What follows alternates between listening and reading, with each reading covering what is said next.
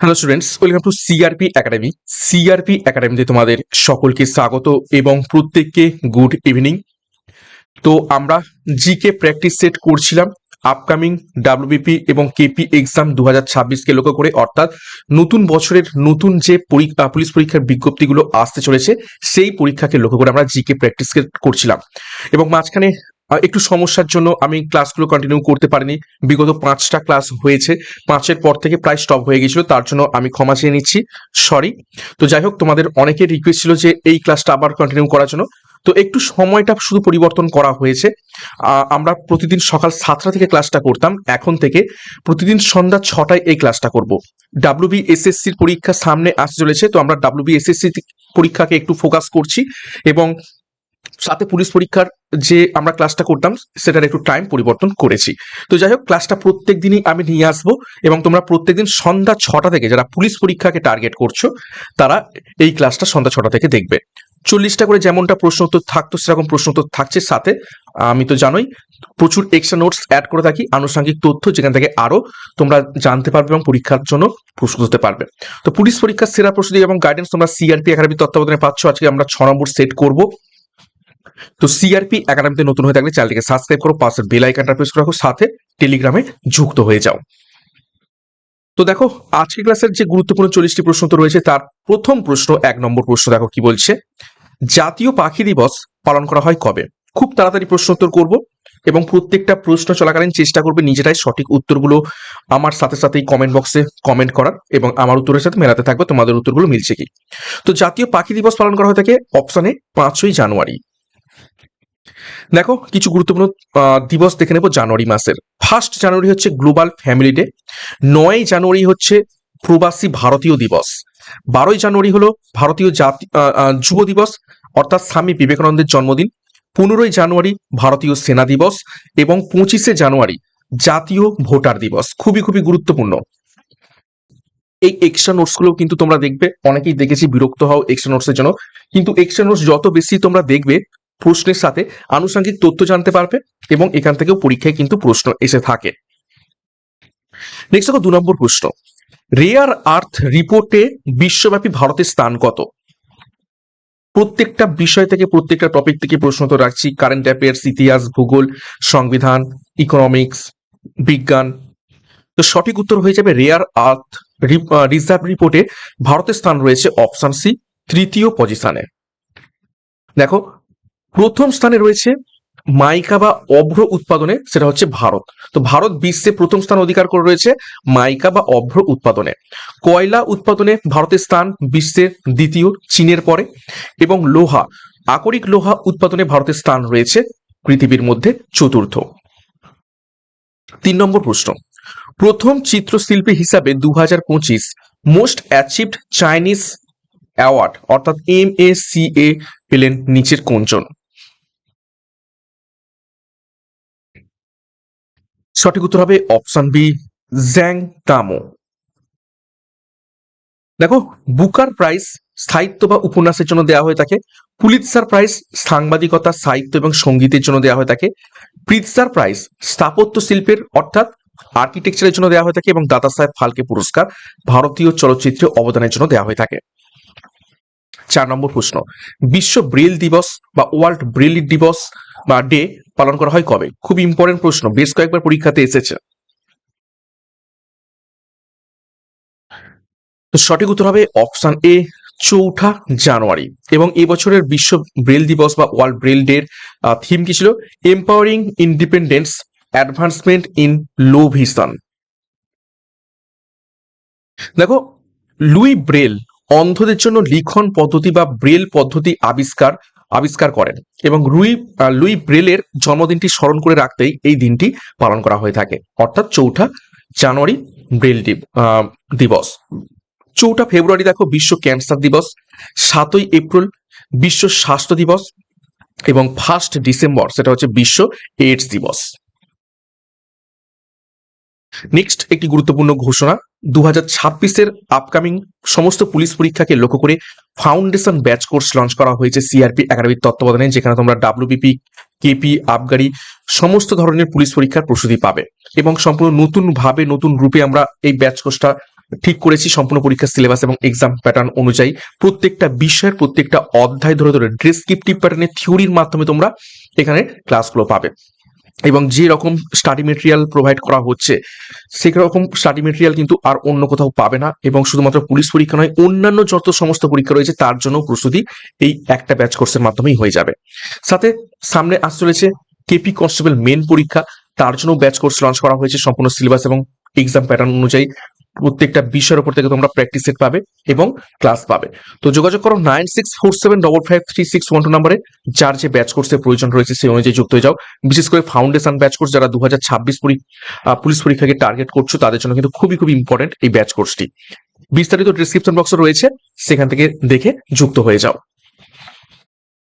Next দেখো 5 নম্বর প্রশ্ন, হর্ষবর্ধনের পর কে কনৌজের সিংহাসনে আরোহণ করেন? কোন রাজা? তো হর্ষবর্ধনের পর কনৌজের সিংহাসনে আরোহণ করেন অপশন বি, অর্জুন। দেখো রাজধানী কোথায় ছিল হর্ষবর্ধনের? হর্ষবর্ধন তার রাজধানী থানেশ্বর থেকে কনৌজে স্থানান্তরিত করে। হর্ষবর্ধন কি উপাধি নিয়েছিলেন? শিলাদিত্য উপাধি নিয়েছিলেন। এটা কিন্তু সব হর্ষবর্ধনের সম্পর্কে দেখছি। তার রচিত নাটক কি হর্ষবর্ধনের? নাগানন্দ, রত্নাবলী এবং প্রিয়দর্শিকা। হর্ষবর্ধনের সহকবি কে ছিলেন? বাণভট্ট। বাণভট্টের রচিত গ্রন্থ কি কি? হর্ষচরিত এবং কাদম্বরী। তার সময় পরিব্রাজক কে ভারতবর্ষে আসেন? হিউয়েন সাং তার রাজত্বকালে ভারতবর্ষে আসেন। এগুলো সব কার সম্পর্কে দেখলাম? হর্ষবর্ধন। 6 নম্বর প্রশ্ন, নিজ মুদ্রাতে নিজেকে খলিফা সুলতান আখ্যা দিয়ে কোন সুলতান বা কোন দিল্লির সুলতান খলিফাদের প্রতি নিজ আনুগত্য প্রকাশ করেছিলেন?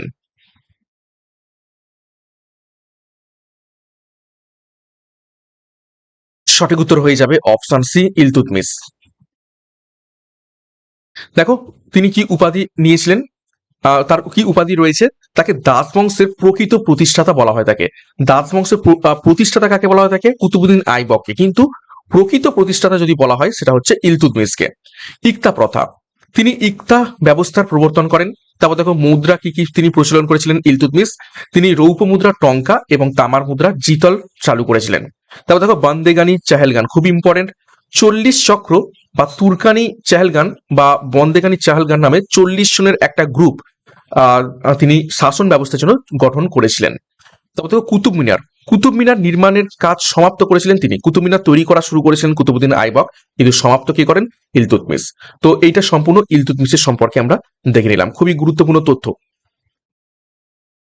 7 নম্বর প্রশ্ন, পাঞ্জাবের কোন নদীর জলের নিচের মাটিতে প্রাচীন প্রস্তর যুগের মানুষের হাতিয়ার পাওয়া গেছে?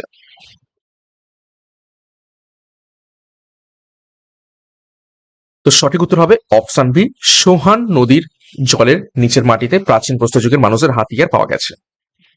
8 নম্বর প্রশ্ন দেখো, থার্মিট মিশ্রণ নিচের কোনটি?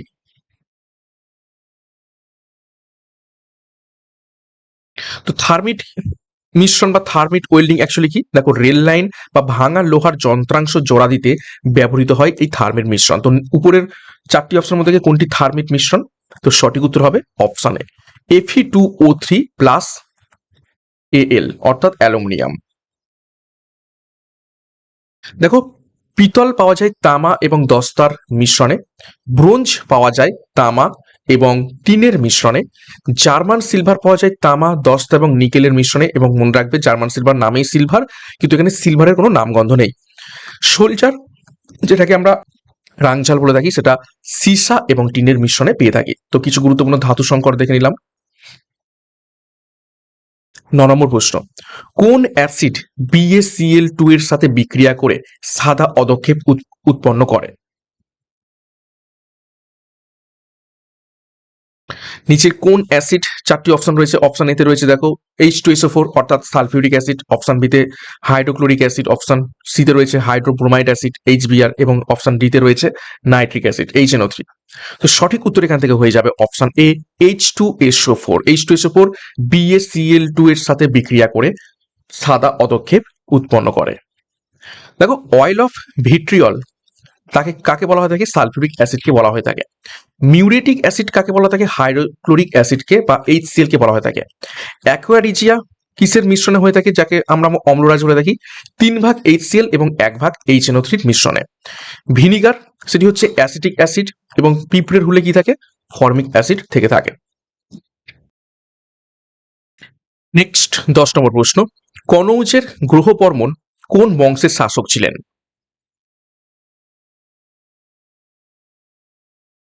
তো সঠিক উত্তর হয়ে যাবে অপশন সি, মৌখরী বংশের শাসক ছিলেন কনৌজের গ্রহবর্মণ। দেখো সম্পর্ক, দেখো গ্রহবর্মণ ছিলেন হর্ষবর্ধনের ভগিনী রাজশ্রীর স্বামী। ওকে, অর্থাৎ হর্ষবর্ধনের বোন রাজশ্রী, তার স্বামী ছিলেন গ্রহবর্মণ। শত্রু কারা ছিল? দেখো গৌরাজ শশাঙ্ক এবং মালবরাজ দেবগুপ্ত কি করেছিল? এই হর্ষবর্ধনের বোন রাজশ্রীর যে স্বামী গ্রহবর্মণ, তাকে হত্যা করেছিল।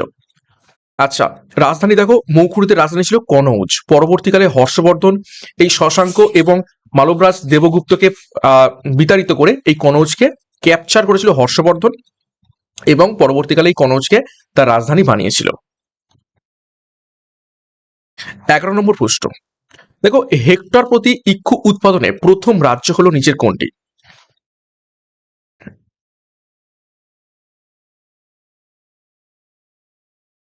তো সঠিক উত্তর হয়ে যাবে, এখানে কি বলছে? হেক্টর প্রতি ইক্ষু উৎপাদনে অপশন এ তামিলনাড়ু। তাও দেখো মোট ইক্ষু উৎপাদনে, অর্থাৎ টোটাল ইক্ষু উৎপাদনে এবং গম উৎপাদনে প্রথম কিন্তু উত্তরপ্রদেশ। পশ্চিমবঙ্গ ধান এবং পাট উৎপাদনে প্রথম। গুজরাট এবং মহারাষ্ট্র তুলা উৎপাদনে অগ্রগণ্য, অর্থাৎ প্রথম দিকে রয়েছে।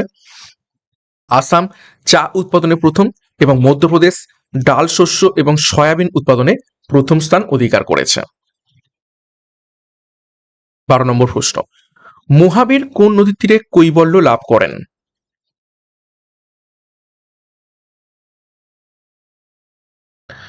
সঠিক উত্তর হবে অপশন সি, রিজুপালিকা নদীর তীরে। দেখো তীর্থঙ্কর মহাবীর ছিলেন 24তম এবং শেষ তীর্থঙ্কর। তার প্রতীক ছিল সিংহ। জন্মগ্রহণ করেছিলেন কুন্দগ্রাম বৈশালীতে কত সালে? 540 খ্রিস্টপূর্বাব্দে। আর মৃত্যু হয় পাবাপুরুতে 72 বছর বয়সে। আচ্ছা, বৃক্ষ তার কি ছিল? কোন বৃক্ষের নিচে তিনি কৈবল্য লাভ করেন? সেটা হচ্ছে শাল গাছের নিচে তিনি কৈবল্য বা জ্ঞান লাভ করেন। কোন নদীর তীরে? রিচুপালিকা নদীর তীরে। তো খুবই গুরুত্বপূর্ণ তথ্য দেখলাম মহাবীর তীর্থঙ্করের সম্পর্কে। 13 নম্বর প্রশ্ন, কলিঙ্গ রাজা খরবেল কোন রাজবংশের রাজা ছিলেন?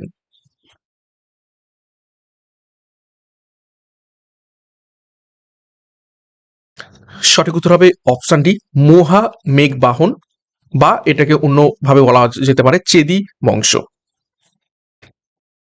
14 নম্বর প্রশ্ন, নিম্নলিখিত কোন বেদ চিকিৎসা শাস্ত্র নিয়ে আলোচনা করে? আগের প্রশ্ন বলে রাখি, কলিঙ্গরাজ খরবেলের একটা গুরুত্বপূর্ণ লিপি রয়েছে, পরীক্ষায় প্রশ্ন আছে। সেই লিপিটা কি? সেটা হচ্ছে হাতি গুম্ফা লিপি।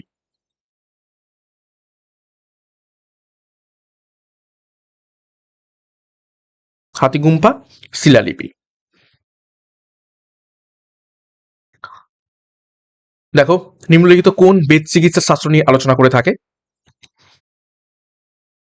তো সঠিক উত্তর হয়ে যাবে অপশন বি, অথর্ব বেদ। দেখো ঋগ্বেদ হলো প্রাচীনতম বেদ। এতে দেবদেবীর স্তোত্র এবং মন্ত্র রয়েছে। 1028টি সূক্ত রয়েছে। খুবই খুবই ইম্পর্টেন্ট, পরীক্ষায় প্রশ্ন আসে কতগুলো সূক্ত ঋগ্বেদের রয়েছে? 1028টি। এবং ওম যে শব্দ, আমরা ওম যে শব্দ বলে থাকি, সেই ওম শব্দটাও এই 1028 বার রয়েছে। এবং গায়ত্রী মন্ত্র এখান থেকেই নেওয়া হয়েছে। সামবেদ ভারতীয় সঙ্গীতের উৎস হিসেবে ধরা হয়ে থাকে, এবং এই বেদ গান এবং সুরের আকারে গাওয়া হতো। যজুর্বেদ হলো যজ্ঞের নিয়মকানুন এবং মন্ত্রাদি, এবং অথর্ববেদের জাদুবিদ্যা, বশীকরণ এবং আয়ুর্বেদ বা চিকিৎসা শাস্ত্র সম্পর্কে এখানে বলা রয়েছে। 15 নম্বর প্রশ্ন, শৈলেতকে বৃষ্টিপাত হয় নিচের কোন স্থানে? পর্বতের কোন ঢালে বা কোন উপত্যকায় বা কোন পাদদেশে?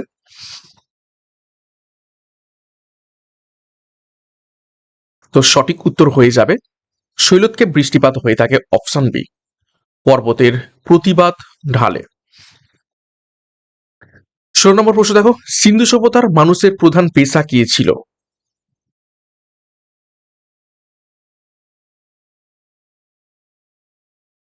তো সঠিক উত্তর হয়ে যাবে অপশন এ কৃষি। 17 নম্বর প্রশ্ন দেখো, the antonym of word word is weird, এই শব্দটার বিপরীত শব্দ কি হবে? একটা ইংরাজি প্রশ্ন ঢুকে গেছে। ওয়ার্ড মানে হচ্ছে, মানে একটু কি বলবো, বিরূপ টাইপের, অদ্ভুত, যেটাকে সব থেকে ভালো বলা যেতে পারে অদ্ভুত।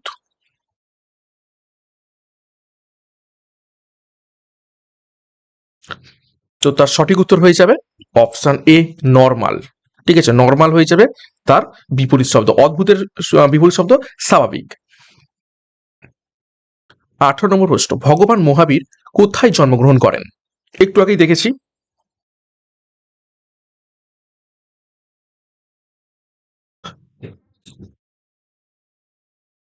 সঠিক উত্তর হয়ে যাবে অপশন ডি কুন্দগ্রামে। নেক্সট, আচ্ছা, একটা নাম্বারিং মিস্টেক হয়েছে, যাই হোক। দেখো 20 নম্বর প্রশ্ন, C55 H72 O5 N4 MG কার সংকেত? নিচের কোনটির সংকেত?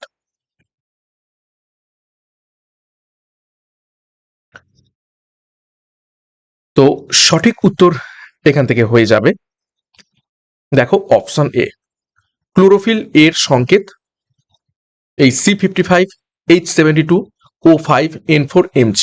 এবং ক্লোরোফিলের মধ্যে কি ধাতু থাকে? সেটা হচ্ছে ম্যাগনেসিয়াম থেকে থাকে। পরীক্ষাটাও প্রশ্ন এসে থাকে। দেখো, ক্লোরোফিল অণুর কেন্দ্রে ম্যাগনেসিয়াম থাকে। আর ক্লোরোফিল বির সংকেত দেখো C55H70, আগেরটা দেখো 72 ছিল, 70 O6 O5 এর জায়গায় O6 N4 MG। কাজ কি? সালোক সংশ্লেষ প্রক্রিয়ায় সূর্যালোক থেকে আলো শোষণ করা। আচ্ছা, রং দেখো, ক্লোরোফিল লাল এবং নীল আলো সব থেকে বেশি শোষণ করে থাকে। 21 নম্বর প্রশ্ন, আদর্শ গ্যাসের অণুর জন্য আরএমএস বেগ এবং মোস্ট প্রবাবল বেগের অনুপাত হলো নিচের কোনটি?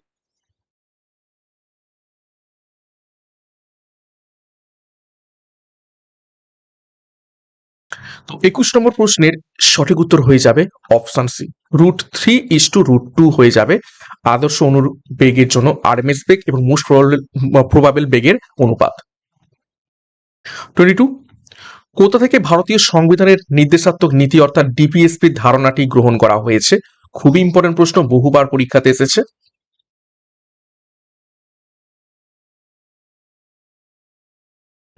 সঠিক উত্তর হবে অপশন এ আয়ারল্যান্ডের সংবিধান থেকে। দেখো, আমেরিকা থেকে কি কি নিয়ে আসা হয়েছে? মৌলিক অধিকার, প্রস্তাবনা, বিচার বিভাগের স্বাধীনতা। ব্রিটেন থেকে নিয়ে আসা হয়েছে সংসদীয় শাসন ব্যবস্থা, হচ্ছে এক নাগরিকত্ব। রাশিয়া থেকে নিয়ে আসা হয়েছে মৌলিক কর্তব্য বা ফান্ডামেন্টাল ডিউটিস। দক্ষিণ আফ্রিকা থেকে নিয়ে আসা হয়েছে সংবিধান সংশোধন পদ্ধতি। এবং অস্ট্রেলিয়া থেকে নিয়ে আসা হয়েছে যুগ্ম তালিকা বা কনকারেন্ট লিস্ট। 23 নম্বর প্রশ্ন, প্রাকৃতিক রবার প্রধানত কোন রাসায়নিক দ্বারা গঠিত?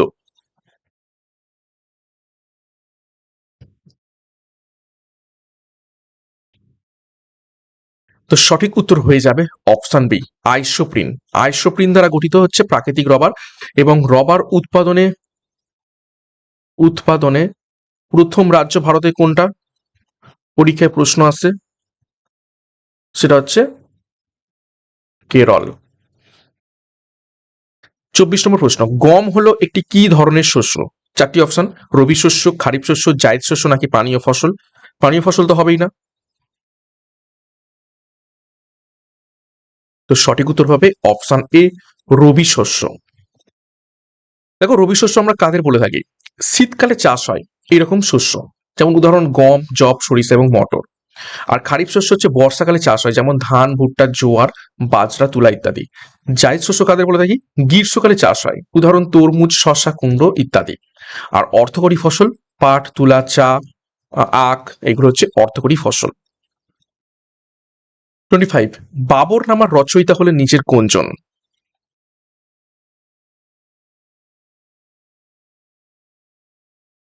তো সঠিক উত্তর হবে অপশন ডি বাবর নিজেই। বাবর নিজেই নিজের আত্মজীবনী রচনা করেছিলেন, যেটি বাবর নামা বা তুজুকি বাবর বাবরি নামে পরিচিত রয়েছে। দেখো, এই বাবর নামা বা তুজুকি বাবরি চাগাতকাই তুর্কি ভাষায় লেখা। তারপর দেখো আকবরনামা বা আইনি আকবরীকে লিখেছেন আবুল ফজল, ফার্সি ভাষায় লেখা। হুমায়ুন নামা সেটাকে লিখেছেন গুলবদন বেগম। গুলবদন বেগম ছিলেন হুমায়ুনের বোন, তো তিনি এই হুমায়ুন নামা লিখেছেন। আর তুজুকি জাহাঙ্গীরি লিখেছেন সম্রাট জাহাঙ্গীর, তার নিজের লেখা আত্মজীবনী। নেক্সট 26, হকির জাদুকর ধ্যানচাঁদের আত্মজীবনীমূলক গ্রন্থের নাম কি?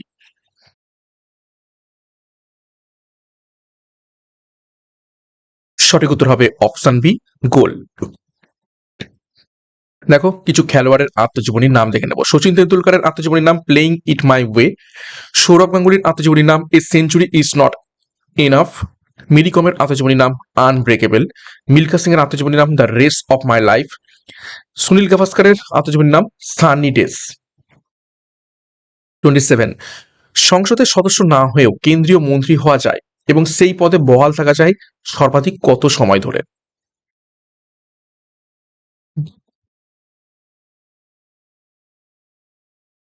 সঠিক উত্তর হবে অপশন ডি, 6 মাস। দেখো লোকসভার সদস্য হওয়ার ন্যূনতম বয়স হচ্ছে 25 বছর। রাজ্যসভার সদস্য হওয়ার ন্যূনতম বয়স হলো 30 বছর। রাষ্ট্রপতি এবং উপরাষ্ট্রপতি হওয়ার ন্যূনতম বয়স 35 বছর। ভোটাধিকারের বয়স 18 বছর এবং এটি 61তম সংবিধান সংশোধনী 1989 সালে 21 থেকে কমিয়ে 18 করা হয়েছে।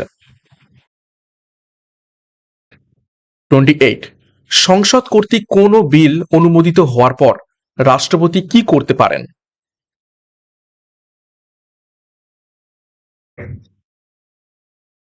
সংসদ কর্তৃক কোনো বিল অনুমোদিত হওয়ার পর, তো সঠিক উত্তর হয়ে যাবে এখান থেকে অপশন এ, পুনর্বিবেচনার জন্য ফেরত পাঠাতে পারেন। নেক্সট দেখো 29, অ্যাসিড রেন মার্বেল নির্মিত সৌধে কি লবণ তৈরি করে?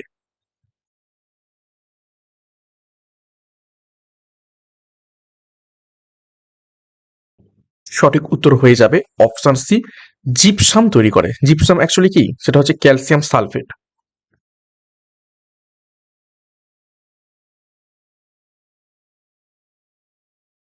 ওকে, ক্যালসিয়াম সালফেট তৈরি করে থাকে। দেখো 30 নম্বর প্রশ্ন, বৃক্কের গঠনগত এবং কার্যগত একক হলো নিচের কোনটি? এটা ইজি প্রশ্ন একদম। সঠিক উত্তর অপশন বি, নেফ্রন।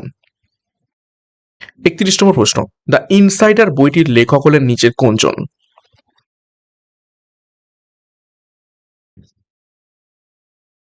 সঠিক উত্তর অপশন এ, পিভি নরসিম্হা রাও। দেখো কিছু গুরুত্বপূর্ণ বই দেখে নেব। উইংস অফ ফায়ার লিখেছেন APJ Abdul Kalam. Discovery of India লিখেছেন জওহরলাল নেহেরু। মাই ট্রুথ লিখেছেন ইন্দিরা গান্ধী। এক্সাম ওয়ারিয়ার্স লিখেছেন নরেন্দ্র মোদী। চেঞ্জিং ইন্ডিয়া লিখেছেন মনমোহন সিং। 32, জ্ঞান অর্জনের আগে মহাবীরের নাম কি ছিল?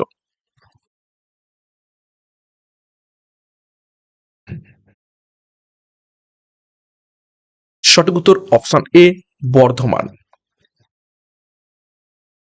দেখো 33 নম্বর প্রশ্ন, বৃক্কের বহির আবরণীর নাম কি?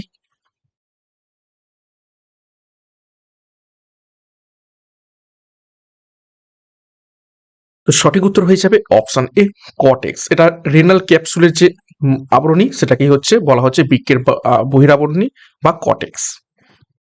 দেখো হৃৎপিণ্ডের যে আবরণী সেটা হচ্ছে পেরিকার্ডিয়াম। ফুসফুসের আবরণী প্লুরা।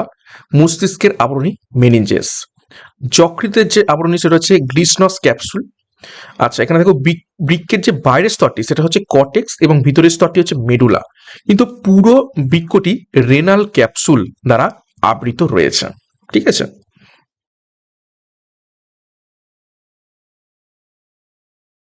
34, ইউপিএসসি গঠনের কথা উল্লেখিত আছে ভারতীয় সংবিধানের কত নম্বর আর্টিকেলে?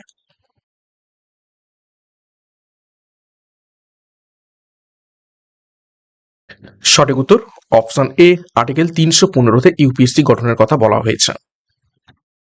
দেখো নির্বাচন কমিশনের সম্পর্কে বলা রয়েছে 324 নম্বর ধারাতে। অর্থ কমিশন সম্পর্কে বলা রয়েছে 280 নম্বর ধারাতে। অ্যাটর্নি জেনারেল সম্পর্কিত বলা রয়েছে ধারা 76-এ।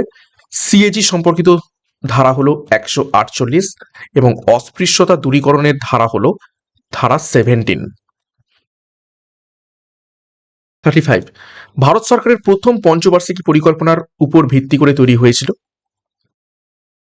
অর্থাৎ নিচের কোন মডেলের উপর ভিত্তি করে?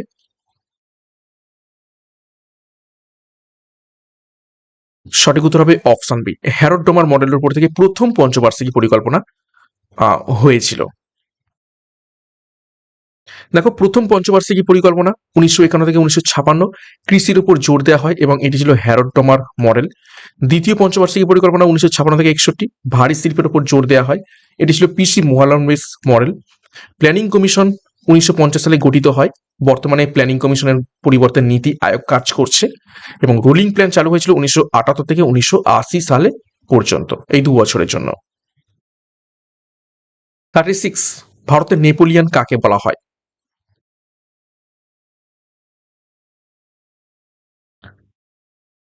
তো সঠিক উত্তর হয়ে যাবে অপশন সি, সমুদ্রগুপ্ত। সমুদ্রগুপ্তকে ভারতের নেপোলিয়ান বলা হতো এবং কে বলেছিলেন? দেখো, উপাধিদাতা হলেন ঐতিহাসিক ভিনসেন্ট স্মিথ। ভারতের শেক্সপিয়ার বলা হয় থাকে কালিদাসকে, ভারতের ম্যাকিয়াভেলি বলা হয় থাকে চাণক্য বা কৌটিল্যকে, ভারতের বিসমার্ক বলা হয় থাকে সর্দার বল্লভভাই প্যাটেলকে এবং দ্বিতীয় অশোক বলা হয় থাকে কনিষ্ককে। খুবই গুরুত্বপূর্ণ তথ্য।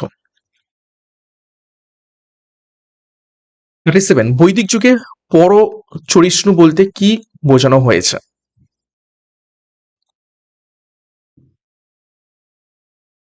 বৈদিক যুগে পুরো চরিষ্ণু বলতে কি বোঝানো হয়েছে?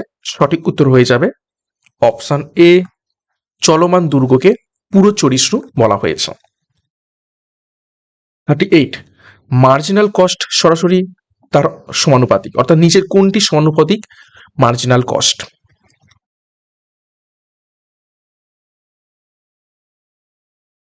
সঠিক উত্তর হবে অপশন সি, ভেরিয়েবল কস্টের সরাসরি সমানুপাতিক মার্জিনাল কস্ট।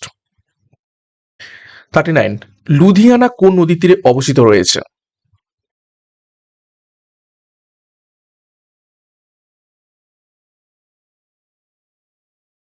সঠিক উত্তর হয়ে যাবে অপশন বি, শতদ্রু বা সুতলেজ নদীর তীরে অবস্থিত রয়েছে লুধিয়ানা।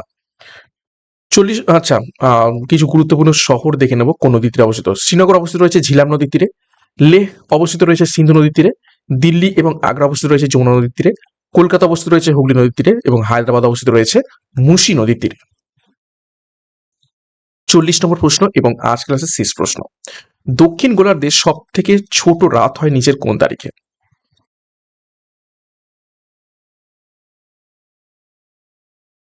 দক্ষিণ গোলার্ধে সব থেকে ছোট রাত হয় নিচের কোন তারিখে?